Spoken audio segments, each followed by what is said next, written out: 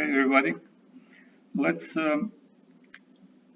analyze graphs and functions for horizontal asymptotes. So when we are trying to figure out whether a graph or a function like this has a horizontal asymptote, what we need to do is compare the degrees of the numerator to the degrees of the denominator. And if we compare, we will end up with three possible outcomes. We can have a degree of numerator be lower than the degree of the denominator, which is like, let's say in this case. So the top, the numerator has a degree of 0. And then the bottom, since x is by itself no exponent, we can think of it as x to the first power. So degree here is going to be 1. Now let's just talk a little bit about the degree on top. If there is no x, we can say it was x to 0, which is equal to 1, right? So that's why we say the degree is 0. Okay, so in this case, degree of the numerator is less than the degree of the denominator, right? Because 0 is less than 1, right? Okay, for this case, for g of x, the numerator on top is 3, and then degree on top is 3, and then degree on the bottom is also 3. So in this case, numerator and denominator have the same degree, like 3 equal to 3 in this case, right? And then for the h of x, the numerator has a degree of 3, and the denominator has a degree of 2. So in this case, numerator has a greater degree than the denominator. And in our case, it's 3 bigger than 2. So, three possible cases: top lower than the bottom, top equal to the bottom, or top greater than the bottom degree. So, if we have a case like this one right here, where the top has a lower degree than the bottom, then the horizontal asymptote is always going to be at the x-axis at y equal to 0. So the horizontal asymptote is at y equal to 0. That's always the case. Nothing needs to be calculated. So if the degree on top is lower than the degree on the bottom, then the horizontal asymptote is going to drop right on the x-axis. It's going to be y equal to 0. Now, if we have a situation in which degrees on top and bottom are equal, like in this case, 3 equal 3, right? Exponent 3, the highest exponent, right, that we can find.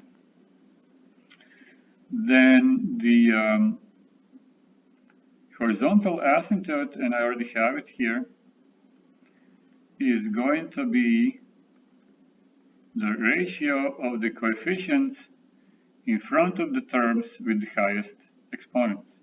So highest exponent here is 3, and that's the highest exponent we can find on top.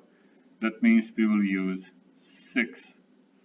And then highest exponent on the bottom is 3, and then this term is multiplied, has a 5 as a coefficient.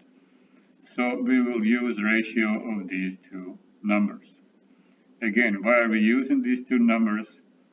It's because they are coefficients of the exponent of the terms with the highest exponents, right? So-called leading terms. And then we are doing that because exponents are the same, and that is going to give us our horizontal asymptote.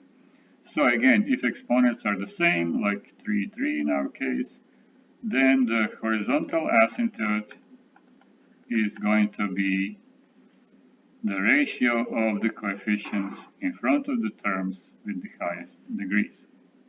So in our case, it's going to be y equals to 6 over 5, right?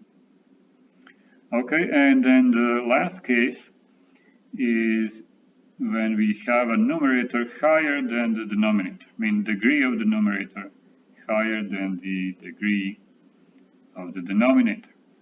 In this case, 3 is the highest on top, and then 2 is the highest on the bottom. If that's the case, then we actually don't have any, right? So no horizontal asymptote at all. What we have is a slant asymptote, which is right here. And that slant asymptote can be calculated by doing so-called long division of these two polynomials. So if we divide the top by the bottom using the long division or syntactic division, then we will get the equation of the slant asymptote, and then graph is gonna kind of skip around it.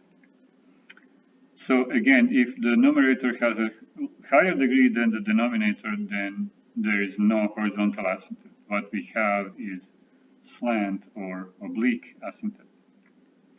Now, the horizontal asymptotes are defined as limits approach infinity. Like if x approaches infinity or negative infinity, that's where we define the horizontal asymptotes. So since they are defined at such extreme numbers, big numbers, they might actually not, quotation mark, not hold close to the origin. So what can happen is the graph might cross the horizontal asymptote and then approach it from a different side. For example, if this is our horizontal asymptote right here, what the graph could do is it can cross it and then come back and asymptotically approach right there.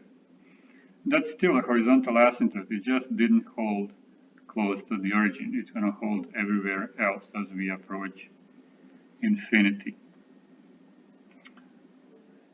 That's the case for horizontal. For the vertical, they just can't be crossed. If it's a horizontal, yeah, then there are some exceptions. I hope you guys understood the video. I hope you like it. If you do, click like, click subscribe if you didn't already. And as always, don't forget to smile.